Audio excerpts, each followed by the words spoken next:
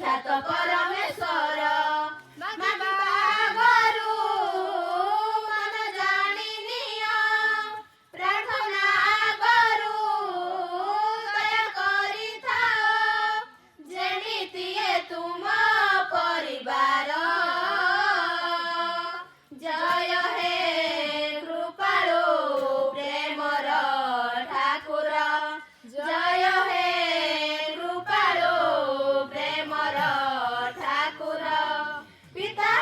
क्रमे सबु समय रे भक्ति करिच धरा सबुरे जीवन बुहाई चालिच करुणार भारी धारा सरल पवित्र जीवन पाई दियो निरंतरा सदा गुरु तुमे सदा पाखे रही शिक्षा दियो सदाचार।